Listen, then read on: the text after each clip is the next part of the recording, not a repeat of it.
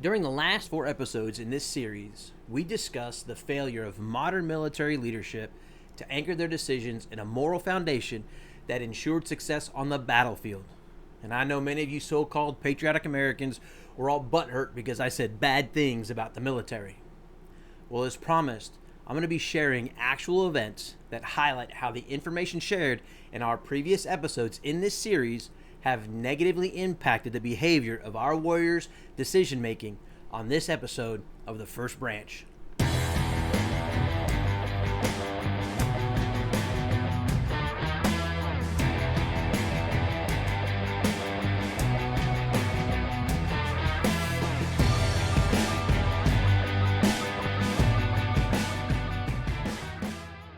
In the Bible, in the book of Joshua, in chapter 7, we are told of the failed first battle at Ai. Here, Joshua witnessed firsthand the destruction of his army. It was the first battle he had lost during the Israelite campaign to enter the Holy Land. After the battle, we're apprised of a conversation Joshua had with the Lord. Here, he challenges his Creator, and we find this conversation in verses 7 through 9. And Joshua said, "Alas, O Lord God, wherefore hast thou at all brought this people over Jordan, to deliver us into the hands of the Amorites, to destroy us? Would to God we had been content, and then dwelt on the other side of Jordan. O Lord, what shall I say when Israel turneth their backs before their enemies?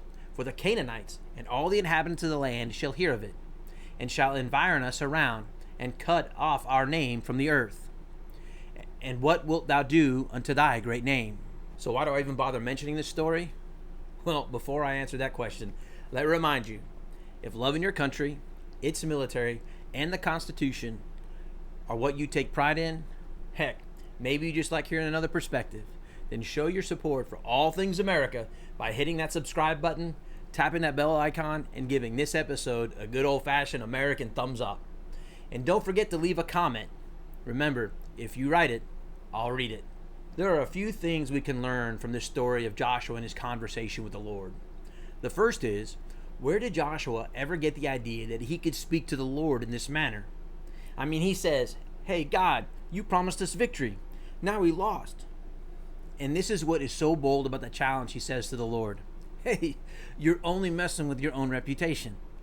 I mean, he says this to the Lord himself. And the second is this, and this is a statement, not a question. If Joshua had the boldness to confront God himself, then I have no issues holding some general accountable for his ridiculous conclusions concerning the separation of commanders from their subordinates.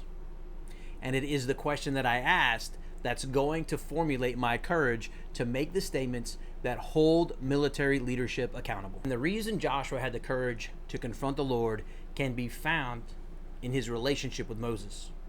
You see, Moses didn't hide anything from Joshua. And at no point in time in the scriptures was Joshua ever declared to be the one who would take over Israel's leadership into the Holy Land.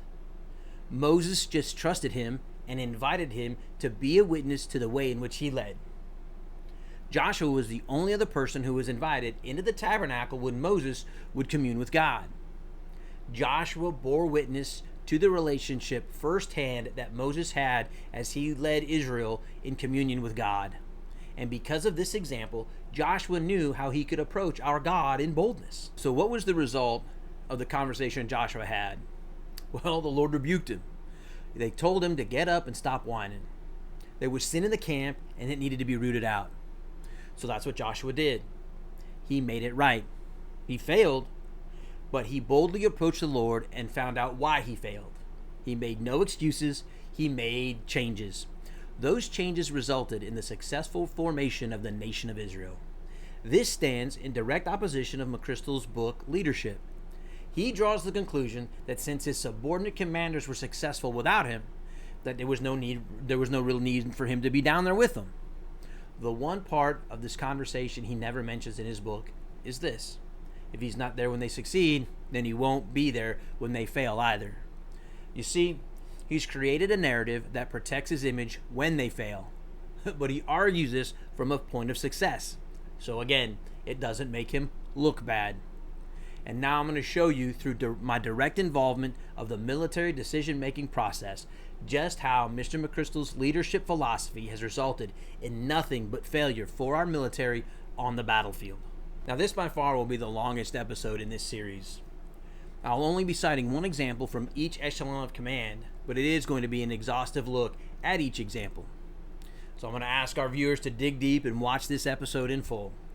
The information is going to highlight just how far we've fallen from being the world's premier fighting force to a military whose leadership won't even have their phone calls returned by our enemy's leadership. But not to worry. After this episode, we're going to discuss what needs to happen for us to get back on track. So now let's begin this journey at the lowest level of command, the company level. This level of command will be the quickest example of how ineffective military leadership has become. The example here at this echelon is simple. Company level leadership has no authority to make decisions on the battlefield. And this is also the greatest example of plausible deniability for senior military leadership. And here's how. Senior leadership has put in writing through the rules of engagement that we have an inherent right to self-defense. But then this same document turns around and states that there are release authorities for weapon systems based on explosive yield as well as the delivery platform. Now that doesn't seem too bad, does it? I mean, it briefs well, right? But now let's apply this to an actual scenario and see if it passes the common sense test. So an infantry squad is in direct contact with enemy forces that outnumber them, let's say 3-1. That squad of infantry is then pinned down. Now, they have those up-armored vehicles, and they have 3 crew-serve weapons. These are those fully automatic Rambo-type machine guns that shoot a 7.62 round. I mean, there's a lot of firepower there, but it's not enough for them to improve their situation. So they're stuck like Chuck, as we say. But there's an indirect fire system that is held at the company level they have not only training on, but they have access to. And these are called your company mortars. And this is such a specialized skill, it actually has its very own MOS. Yet neither the on-scene commander nor the company commander has the release authority to employ them. Yep, that's right. Currently in our military, if a squad is being attacked by the enemy and is pinned down, the company commander does not have the release authority to employ the weapon system that was entrusted to them at their echelon of command. And this example comes by way of a real-world engagement that happened at the battalion level. Here, the employment of a given weapon system was held back when U.S. troops at the squad level were in direct contact with the enemy. And the use of this weapon system would have most certainly ended the engagement almost immediately. In August of 2004, I was a Colt team chief with Fox Battery 382 Field Artillery, and I was assigned to Task Force 15 Cav for the Battle of Najaf. During one particular engagement, a squad from Bravo Company was pinned down at the southernmost phase line of the battlefield. They were receiving fire from the enemy, who had the elevated position from the second and third floors of a hotel room about 200 meters south of their position. Now, as a Colt team chief, we bring to the fight the capability, with our laser designation equipment, the employment of precision-guided munitions. And prior to my deployment to Iraq and participating in this battle, I was stationed in Korea. There, I had the opportunity to fire what we call telephone poles. These are inert copperhead rounds specifically created to allow us forward observers the ability to train and be proficient at our warrior tasks. I mean, to truly strive for the mastery of our craft. So, in this battle, by no means was I a novice. But was that really the concern of the chain of command? Nope. So there are a few things to consider when employing the copperhead round. For the sake of OPSEC, I'm not going to get into the specifics. What I will say is this. In all the rounds I shot in training, I had never had a target fall so perfectly into the parameters for the successful employment of this round. And given the way that this enemy presented itself on this battlefield for this engagement, this is what we call the perfect target. We were able to mitigate every foreseeable error known with this particular low yield round. And kind of just as a point of note, the Copperhead round is the lowest yield payload of any 155 round in the U.S. arsenal at the time of this battle. In short, this round was built for this target and its combat posture in mind. The chance for collateral damage to protected entities was zero. One of the mitigation techniques was actually in place before we ever even invaded the country of Iraq. Several of the historic mosques were protected by a no-fire area that ensured they would not be attacked. and the mitigation rings set around them ensured that the employment of any weapon system, excluding the Moab, when going high order outside of that ring, would not affect the mosque that's being protected.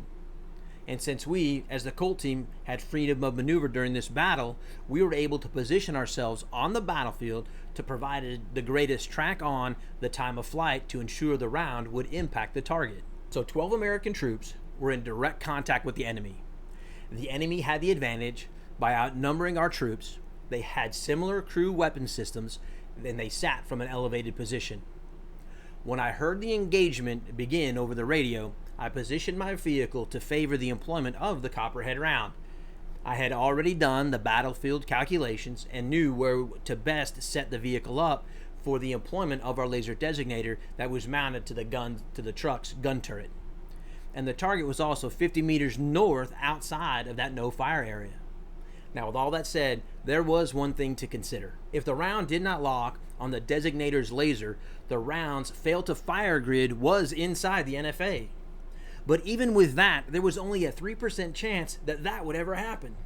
And what's more, since the Copperhead round was the lowest yielding 155 round we employed at the time, there was zero chance that any of the effects would ever hit the Imam Ali Mosque.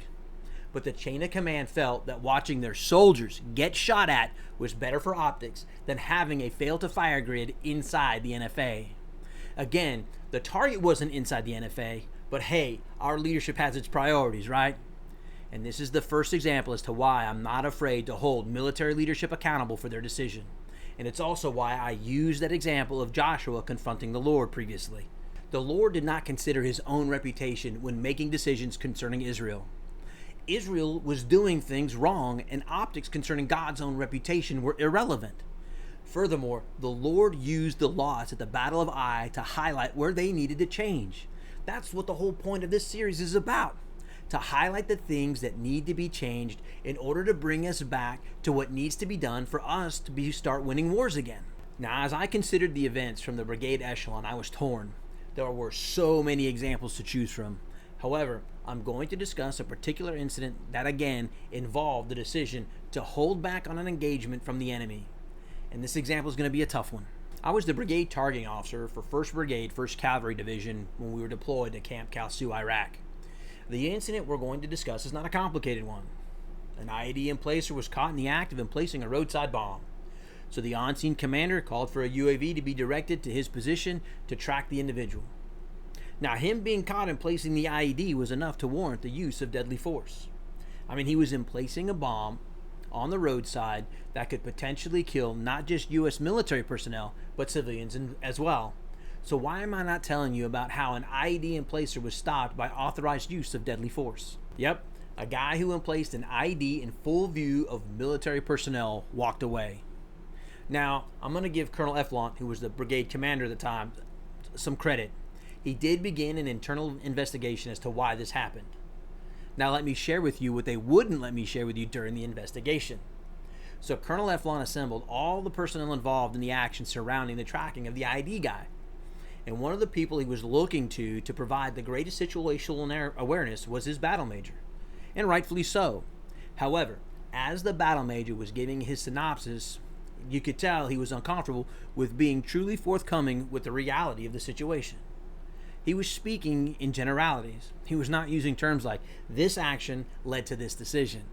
His statements were led by, well, you kind of see, sir, and why he was doing this was obvious.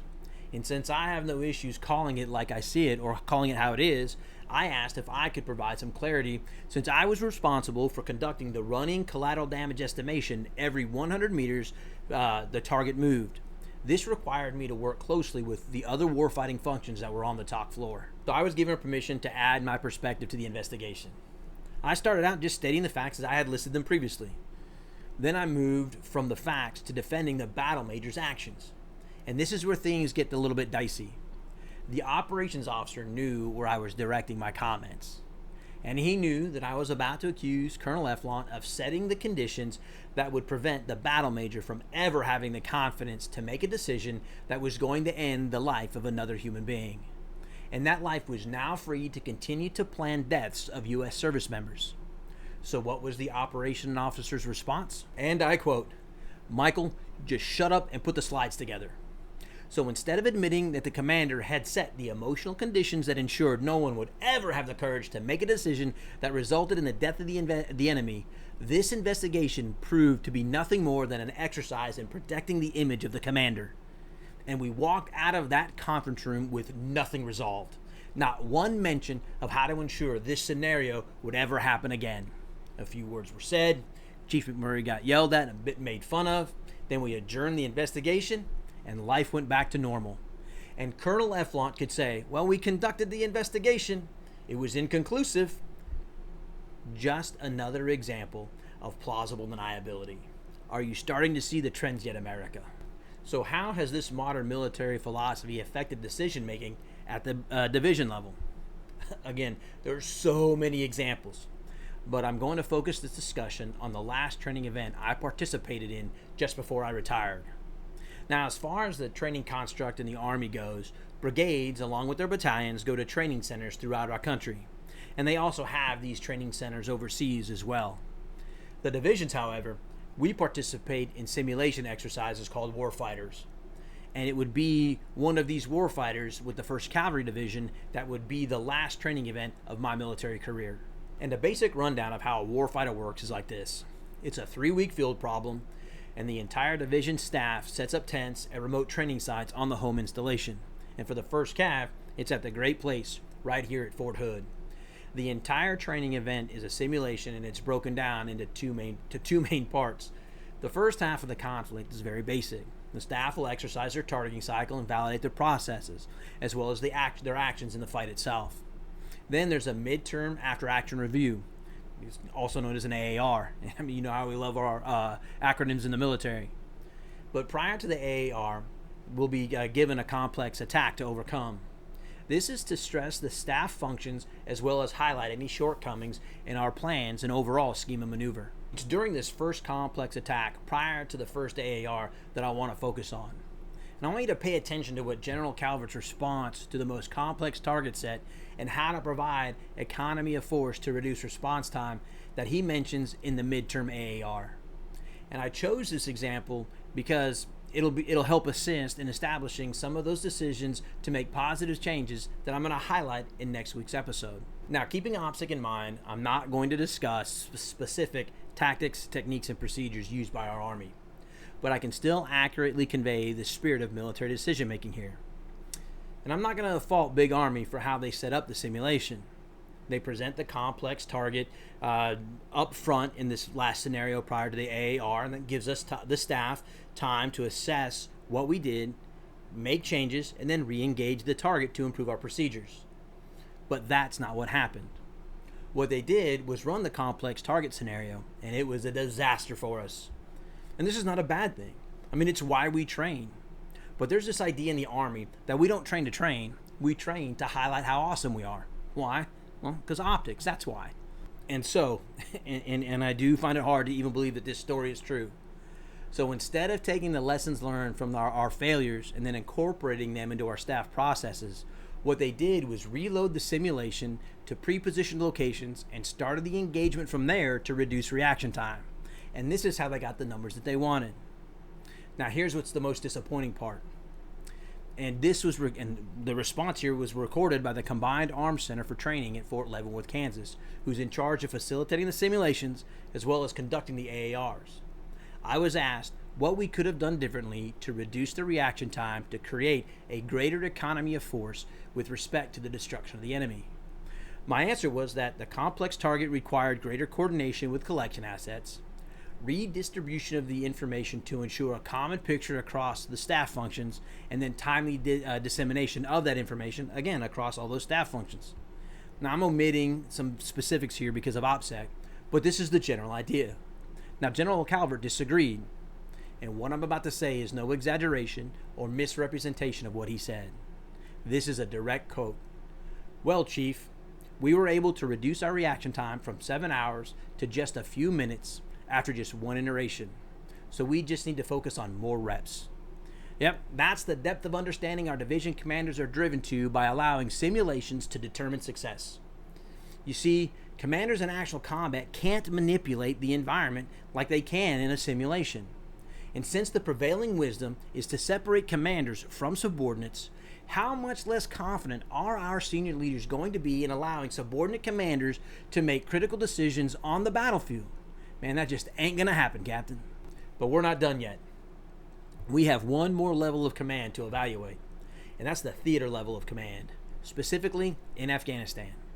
And I was in Afghanistan in 2017 as the Deputy Director of Targeting from April to October. And as the targeting officer, I facilitated all efforts throughout the entire country and across the Train, Advise, and Assist Command as it pertained to targeting. And how often do you think I saw General Nicholson at any of these targeting meetings? Twice. That's right. In a 7-month deployment as the highest ranking targeting officer in the entire country, I saw the commander at the commander's targeting meetings twice. And in one of those targeting meetings, I listened to a 2-star commander tell General Nicholson, who was the 4-star commander of Resolute Support, "Sir, I acknowledge your guidance, but your priorities are not my priorities." Now, hearing that response, I want to take you back to a discussion that I brought up in an earlier episode concerning General Halleck's leadership during the Civil War. His failure to impose discipline on his subordinate commanders led to confusion across his entire formations. And as such, those commanders in the East had very little confidence in acting aggressively towards Lee and his armies. Our modern military commanders do not command their formations. I mean, I never thought I'd hear a 2-star tell a 4-star that their priorities are not the same. I might be able to accept this if he were talking to the 2ID commander in Korea. That would make more sense. They're in different theaters of operation. But these two generals were in the exact same theater and in the same line of the chain of command. And why this happened was because General Nicholson failed to establish any clear vision of success in Afghanistan, and he also had very little support from the leadership in Washington as well.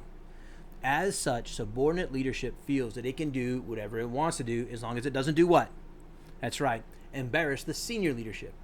Remember what I said in the first episode in this series. Optics has become the only metrics for successful military command. And as such, we're failing on the battlefield. If I haven't convinced you yet, let me share with you another example from my time in Afghanistan.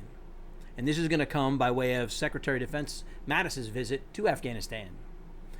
Prior to his visit, and in response to the Trump administration's pro-military rhetoric, Nicholson directed the establishment of a targeting cell that would develop CONOPS built on actionable intelligence.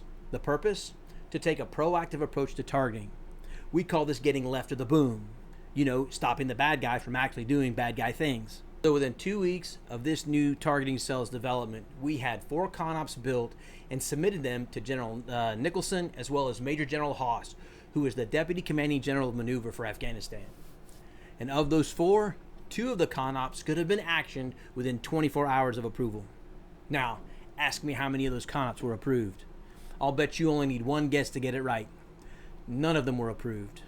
And there's really no issue with that. Hey, maybe we got it wrong. But nope. And how do I know we didn't get it wrong? Because neither Nicholson nor Haas ever sent back guidance on how to proceed with future targeting efforts. That's right. A 4-star general assembled a targeting team and then never established a vision, provided guidance, or expressed his end state for our targeting efforts. Now let's get back to Mattis. So he shows up and gives a great win one for the Gipper speech. I mean, we have a pro-military administration, and that's a lot to celebrate. The atmosphere is good. Then, 2 days after Mattis leaves, Major General Haas comes into our CONOPS meeting and makes this statement. Plan on being here at least another 12 years or so. Well, now that stands in stark contrast to the optimistic speech the SecDef gave just 2 days prior. And this is why leadership doesn't trust subordinates and why subordinates don't trust leadership. Remember when McChrystal said leaders today lead with emotion? Well, this is the result. So he didn't lie when he said it. Today's leaders are leading with their emotions. However, this is far from a good thing. These examples highlight the reasons why McChrystal's ideas of leadership are so misguided. They have resulted in a lack of discipline at every echelon of command. Soldiers are afraid to make decisions concerning the proper use of force because the guidance from their commanders is incomplete. The guidance is incomplete because the chain of command wants to distance itself from the actions of its subordinates, which may result in possible failure, all for the sole purpose of plausible deniability. But I want to make this very clear. I'm not saying that any of the people that I've mentioned by name are horrible people. I have provided examples at each level of command to show how the issues addressed are institutional problems. So it doesn't matter who you put into these places and into these positions. The results will remain the same. But not to worry, the solutions are on their way. We had to spend some time framing the problems correctly and framing them in context. And now that we've done that, we can move on to the next 3 episodes, which will focus on the 3-pillared solution to restore our military to its former glory. I hope that you will join us for these episodes and that you'll share your desire to see our military get better with our representatives. These next 3 episodes, I'll be posting links to the members of the House and Senate Armed Services Committees. Let's get our representatives working for us the way that it was meant to be done.